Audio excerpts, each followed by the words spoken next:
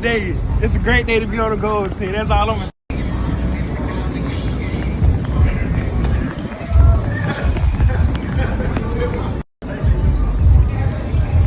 Hola.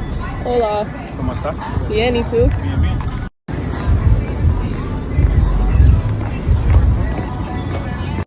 Gold team, checking in. For y'all too. Okay. Burgundy or gold? Big game day. Hey, go Burgundy squad though. It's a great day to be on the gold team. That's all I'm gonna say. Great day to be on the gold team today. Gold team, checking in. You already know the vibes, man. Yup.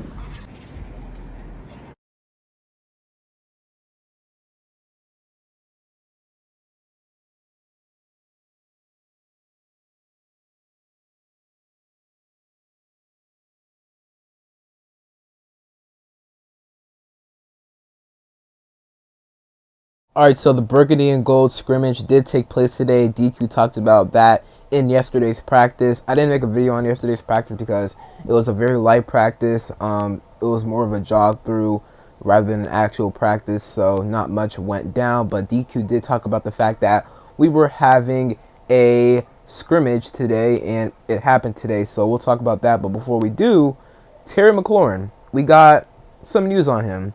He was out there for the scrimmage today, and he was spotted talking to Adam Peters for a moment, like quickly, I want to say like a couple minutes, and then Adam Peters left, and then Terry walked off as well. Not off the field, but like he walked off somewhere else on the field. But yeah, they talked to each other. I'm not sure what they said. None of us know what they said, obviously. There's some lip readers out there, body language readers out there, like trying to decipher what was said or how Terry's demeanor was. I saw one post that said, or a couple posts that said that Terry said, quote, "I meant to reach out to you," to Adam Peters. He said that to Adam Peters. Even Grok, the AI on Twitter, I think said that in one of the replies when one of the fans tagged Grok, and it replied with what Terry probably said. But, you know, does this mean a lot to me?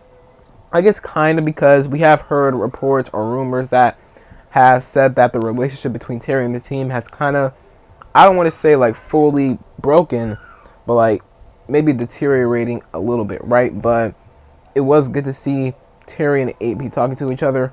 This is the first time we've seen AP and Terry together ever since, I would say, Terry's press conference he had at Eastern Motors a couple of weeks ago. It's been probably like 3 or 4 weeks now at this point, which, I mean, it's crazy that we haven't gotten anything done. But, you know, hopefully we get something done soon. I would say it'll probably take another week, 2, maybe 3 weeks. I know he'll be back before week 1. I don't see him sitting out any games. Like, you're not going to lose out on game checks. Like, if he wasn't willing to sit out and lose $50,000 a day during training camp, then he's definitely not going to be willing to lose out on game checks, which are about $1 million, or how much he's making basically on his salary. He's not going to miss out on game checks. So I expect Terry to be back before week 1, but hopefully a deal can be done before then, because we absolutely need Terry out there. All right, now let's talk about this scrimmage. Dan Quinn, in his presser this morning, said that 9 players won't participate in the scrimmage and did not.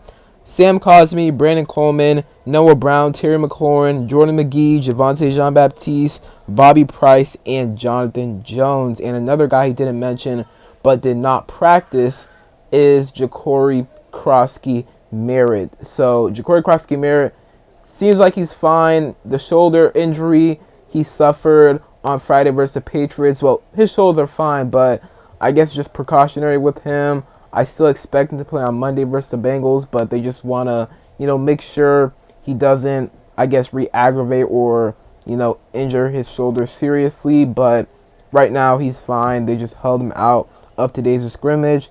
Not sure what's up with Jonathan Jones, but he did not practice. Maybe he's dealing with a slight injury, and maybe that injury kept him out of Friday's game versus the Patriots, because he did not play Friday versus the Patriots. So that may be why he was held out of that game. Now for some play-by-play. So today, the the play callers for the gold team and the burgundy team were not Cliff Kingsbury and Joe Wood Jr., and that's because Dan Quinn wanted to give different assistant coaches opportunities because they split the teams. So Cliff and Wood obviously wouldn't be able to, call plays for both teams. Cliff Kingsbury was the head coach for one team, and then Joe Wood Jr. was the head coach for the other team. I don't know which teams, they didn't specify, but they were the head coaches today. And then the offensive coordinators, or the offensive play callers, and the defensive play callers.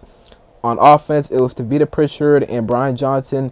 And on defense, it was Tom Donatel and Jason Simmons. So gives those guys opportunities to, call plays, get some experience with calling plays.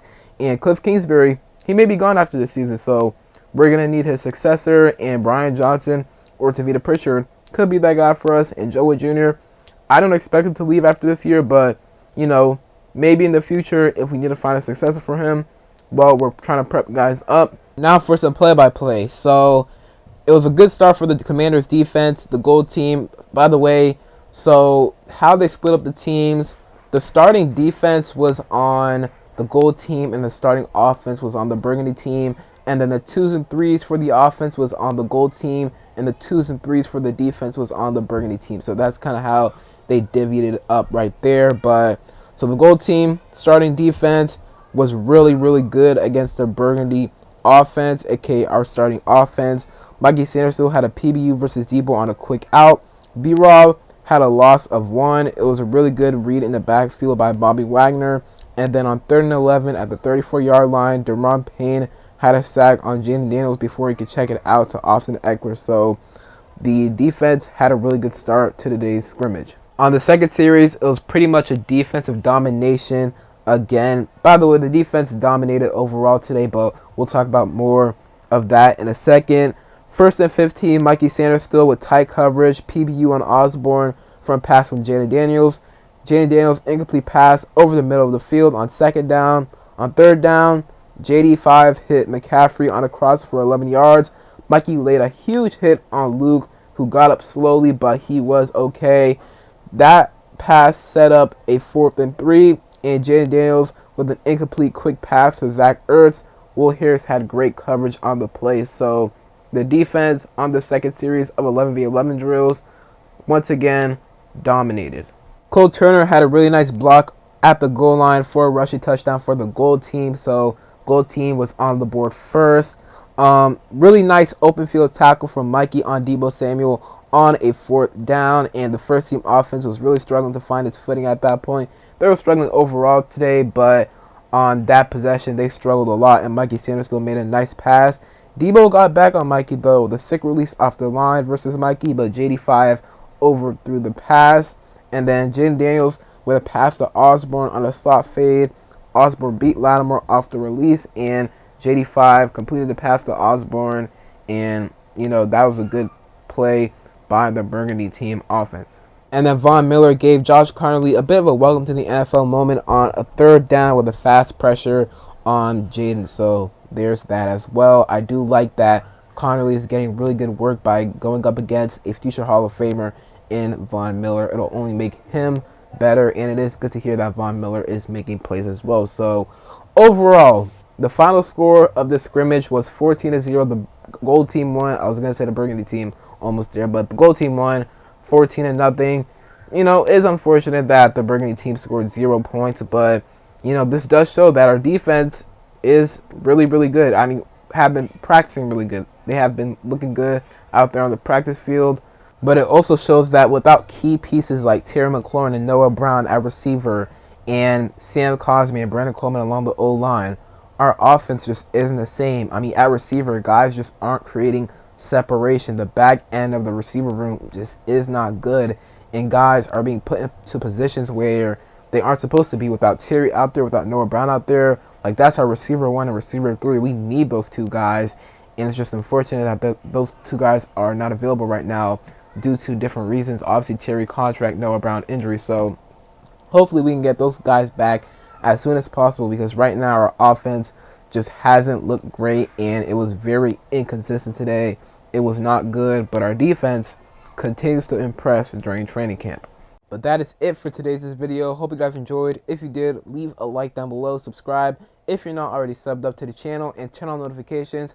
Comment down below your thoughts on the Commanders Burgundy and Gold scrimmage today. And other than that, it's me, King Sean, and I'm out. Peace.